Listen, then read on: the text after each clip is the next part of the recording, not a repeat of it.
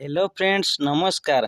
ओ triple C तरफ RI अमीन ARY ICDS supervisor जो form बाहर थिला आपण जान दुई थर यार पोस्ट एक्सटेंड हो सारानी एवं आउ गोटे खुशी खबर आपण आसला जे यार जो पोस्ट था पोस्ट बढ़ी दी तो केते कौन बढ़ी यार लास्ट डेट कौन केबे रही तो आसतु संपूर्ण डिटेल्स ये वीडियो माध्यम जाना। जदि आपण चैनल नुआ चैनल को लाइक कमेंट शेयर और सब्सक्राइब कर देला आपन प्रथम वीडियोटी आपण पाखु चली तो आसतु संपूर्ण डिटेल्स रे जानिबा।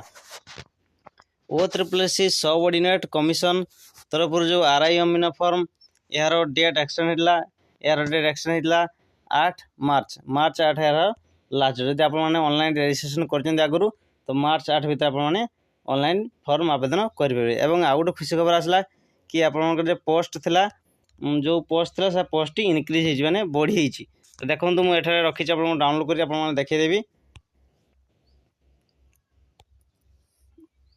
देखो ये ओ ट्रिपल सी आरआई तरफ आसला तार जो ऑफिशियल नोटिफिकेशन पोस्ट बढ़े दिखाई ओडिशा सबऑर्डिनेट पोस्ट सब सिलेक्शन तरफ आसला आरआई अमीन पूर्व जो पोस्ट था बढ़ी दी 5012 पोस्ट हो तो आप निर्भय बहुत सारा पोस्ट समस्ते आवेदन करूँ निर्भुल भाव में आवेदन करूँ।